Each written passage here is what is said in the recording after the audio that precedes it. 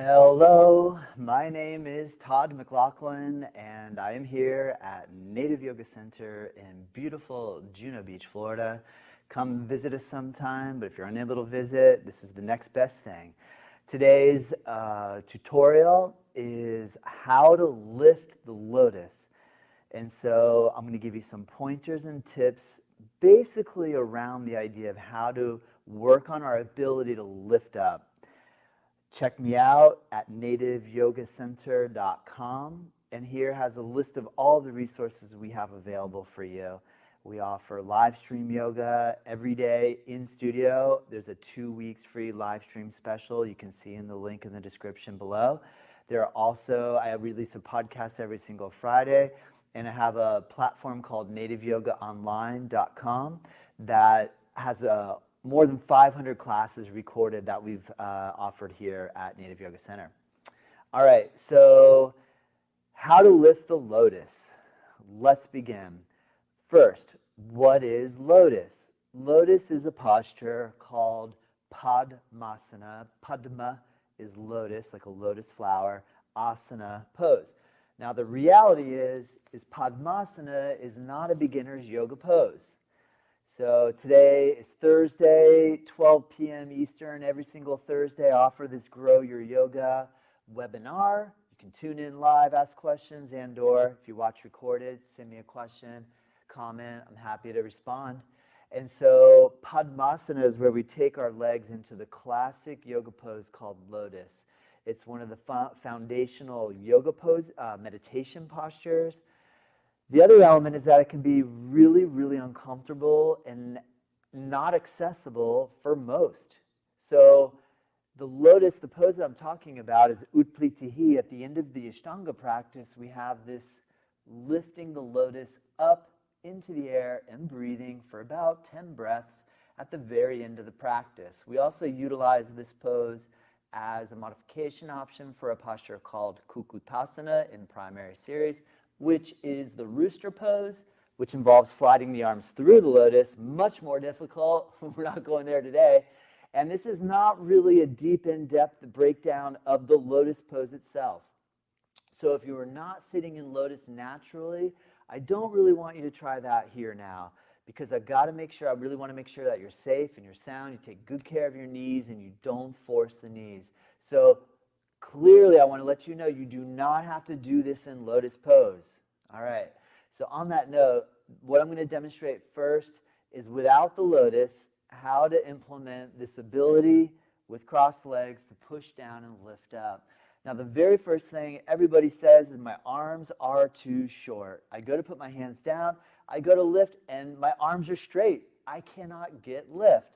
So the first exercise I want you to try to employ or to utilize is here. I have 2 chairs, and so you're tuning in from the comfort of your home and or wherever you are watching. And so what we basically want to do is find a platform that has 2 level platforms that you can bring about the width of your body. In this case, I have folding chairs, and you can find something that is suitable of the same style. And so I want you to come down onto your knees and just put your hands onto the chairs so they get your palms flat.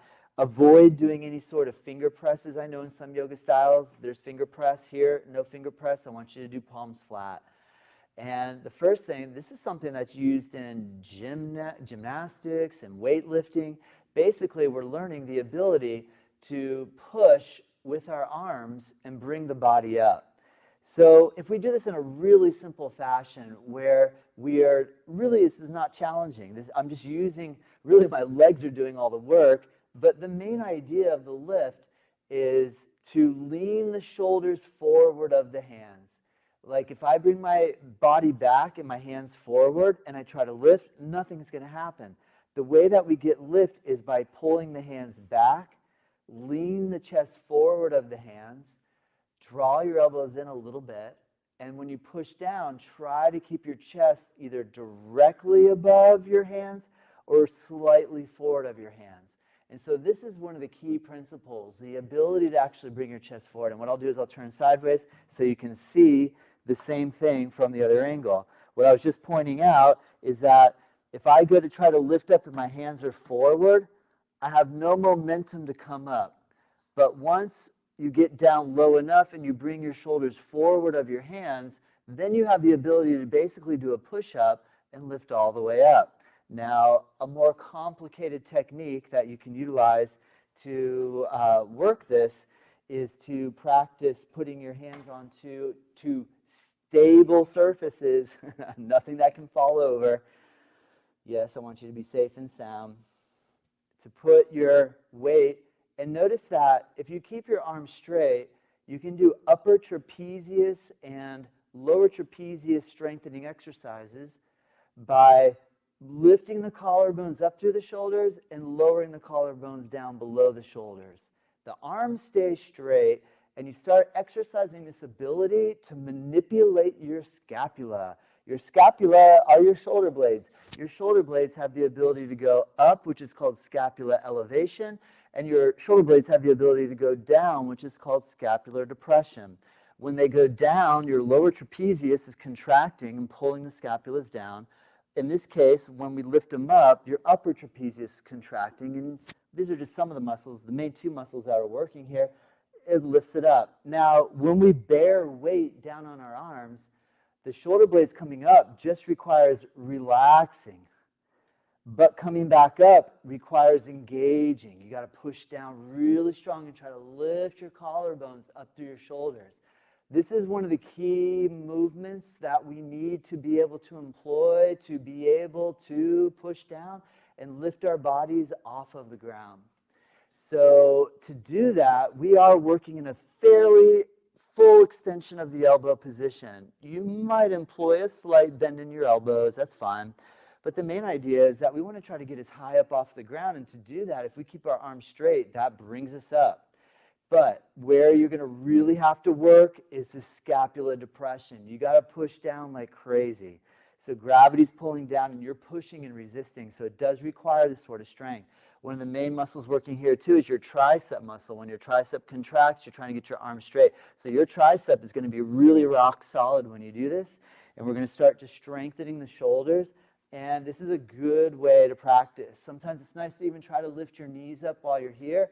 And you can work on doing little push-ups in between the chairs where you can work your abdominal strength and your arm strength to kind of build that ability to lift up off the floor. And it's easier when you're hanging suspended in between the two chairs than it is to do this on the floor. The next thing that we can employ is we're going to bring it down a notch, meaning closer to the ground. And we'll move the chairs out of the way, and we'll employ two yoga blocks that are the same height. So you need to have two blocks that have the same thickness. Okay. Hopefully that makes sense. All right. So now, what I want you to try to do is come into a seated position with crossed legs, take the blocks, and bring them beside the hips. I'm going to turn sideways so that I can make a point. Now, this is where it's really important. What I was mentioning is that we need to be able to bring our shoulders forward of our wrists, because if you take the blocks forward and you put your hands on the blocks and you try to lift up, there's no way. It's not going to happen. The only way is once you get your shoulders above your wrists and a little forward that you can actually hang. So that's why the first thing we're going to do is some tricep strengthening, the muscles on the back of your arms. By take the blocks beside your hips, lean your shoulders forward of your hips, pull your elbows in a little bit, secure them. That's called your serratus anterior muscle that helps to draw the arms in. Lift your knees, because we're going to want to be able to get compressed close to the thighs. And do some tricep presses where you work on the arm strength. So this is critical for doing your lifts.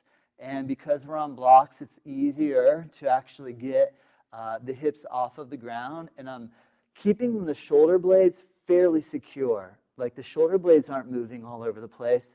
The shoulder blades, I'm trying to bring you, I want you to bring down into the depression position, the scapular depression down. The scapular depression is in place. And your triceps is the main muscle working, and you do a couple presses like this and just work it every day a little bit. You build strength by actually trying. If you just sit on the couch and you think, I'd love to be able to do that, but I'm going to think about it. You got to do it. So you got to put a little bit of time in every day. All right, cool. I know that's obvious, but sometimes it isn't. All right, So the next thing I want you to try to do is what we did with the chairs as well, is to straighten your arms all the way locked out, totally locked out, lock it out, and just work your scapula movements up and down. So this is the next main area that we need to recruit energy, strength, and power from to be able to lift the lotus or the cross-leg position in the air. So hands on blocks, and maybe it's a little easier to see from the front position. I'm just going to work elbows locked and start working, stretching and strengthening the shoulder blade and scapula muscles. This way we're isolating the work using a little bit of classic physical fitness exercise training to help improve our yoga practice abilities in the Ashtanga lift up of the uplitihi. Uplitihi means uprooted. So the idea of a lotus flower, imagine you have a lotus flower in the pond and you go over and you grab it and you uproot it. That's kind of what we're doing. So in the case here, now the next main area, the third area that we recruit from, because my elbows are locked, I'm pushing down, I have my shoulders coming down away from my ears, and I'm still not going up. All right, we hear it all the time. That's why I got to keep bringing it up.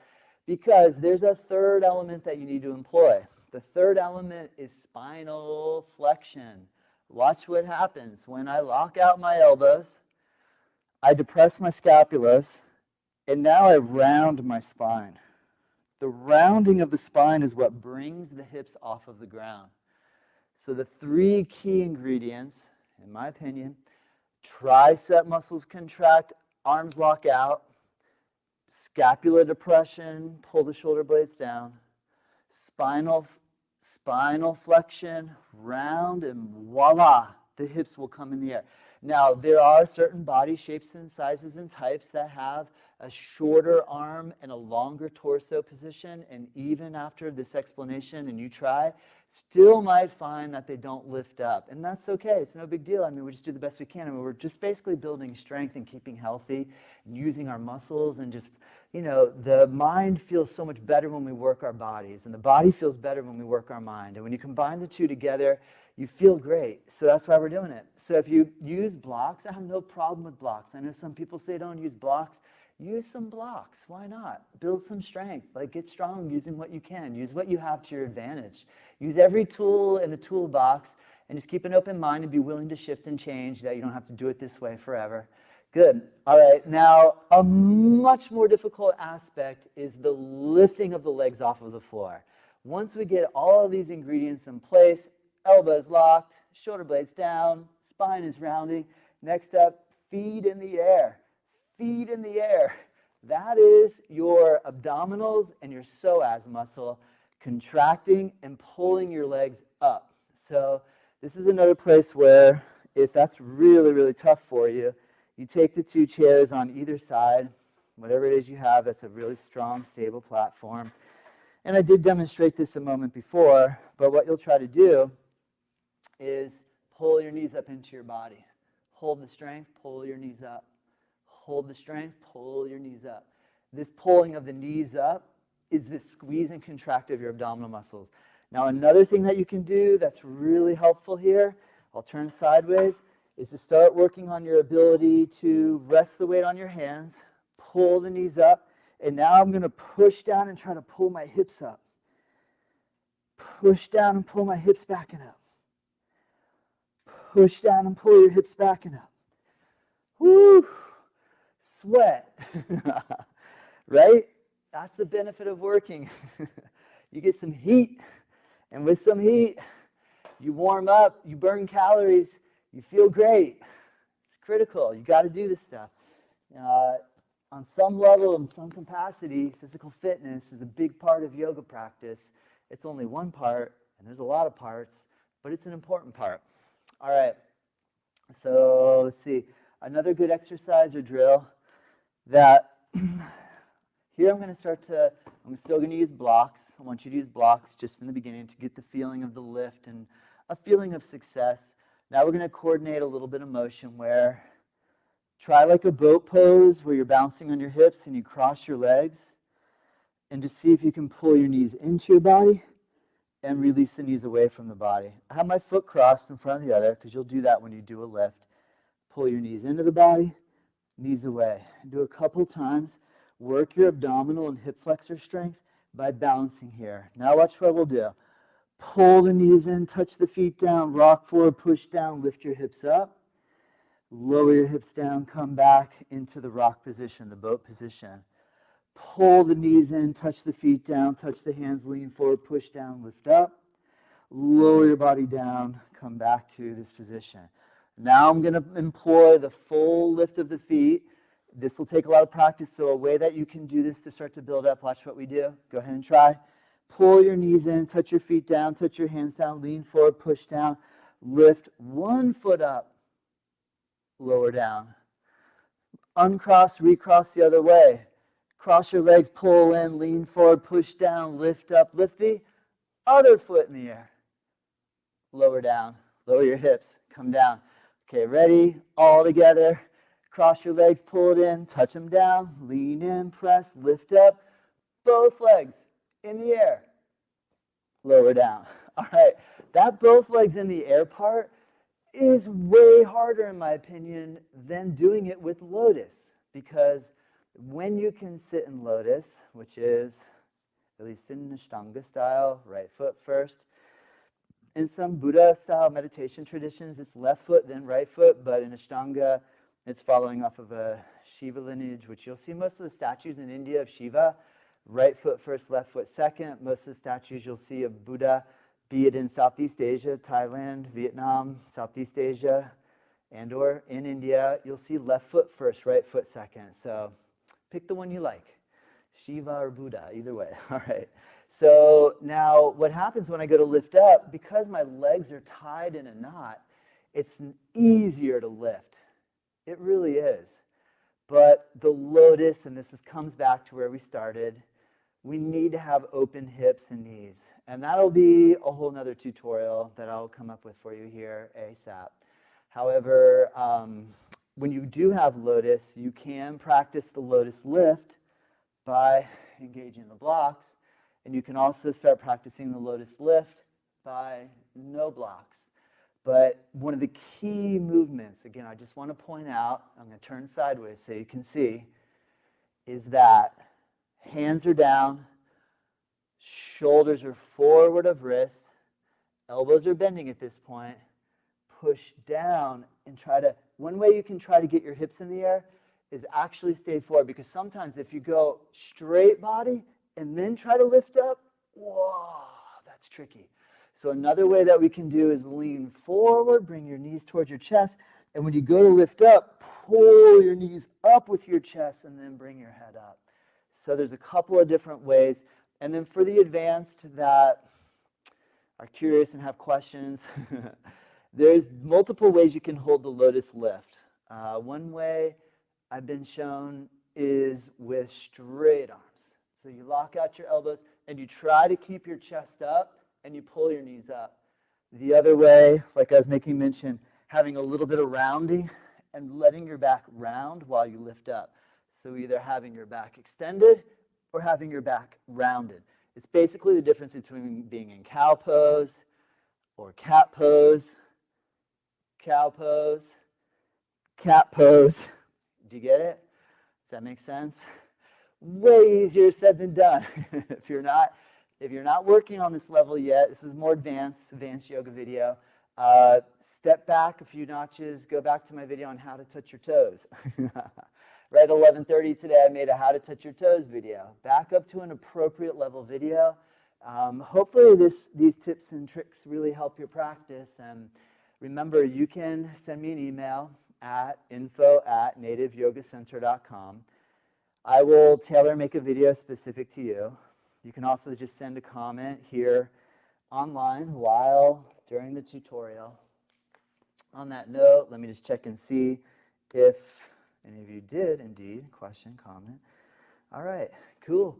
Well, I hope you enjoyed, and until next Thursday, I'll see you right at 11:30 for a beginner yoga video, yoga for beginners, and at 12 p.m. where I'm focusing on more intermediate to advanced topics. See you then. Have a great week. Namaste.